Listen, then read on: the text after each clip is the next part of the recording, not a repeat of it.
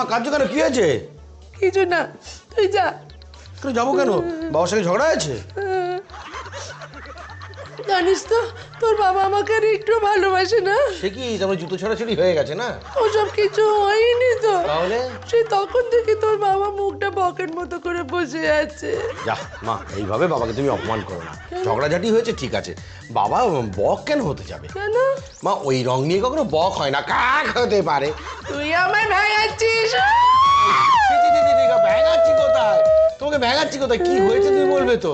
দেখ না, আজকে সকালবেলা বাজার থেকে পচা মাছ এনেছে বলে আমি খুব গাল দিলুম। ও মাসের মুখে রাটি কাটলো না।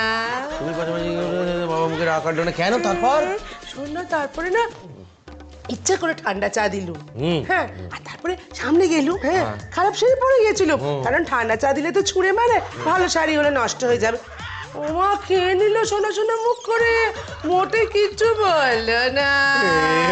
এবার তারপর তারপর না ইচ্ছে করে অফিসে টিফিনে পোড়া রুটি দিলুম, জানি ফিরে এসে খুব মুখ করবে, সব ঠিকঠাক হয়ে যাবে। মা ফিরে এসে দেখি টিফিন বাক্স খালি, সব খেয়ে ফেলেছে। দাঁড়াতে পারছি না আমি। এবার দেখে শুধু বাবার ব্যবস্থাটা কি করা যায়। দাঁড়া, আসছি। আমার বাপের বাড়ি যেতেও ইচ্ছে করছে না। ও কিছু না কালকে ইস্ট বেঙ্গল হেরে গেছে বলে বাবা এরকম ভেঙে পড়েছে। ইস্ট বেঙ্গল হেরে গেছে বলে আমার উপর রাগ করে না?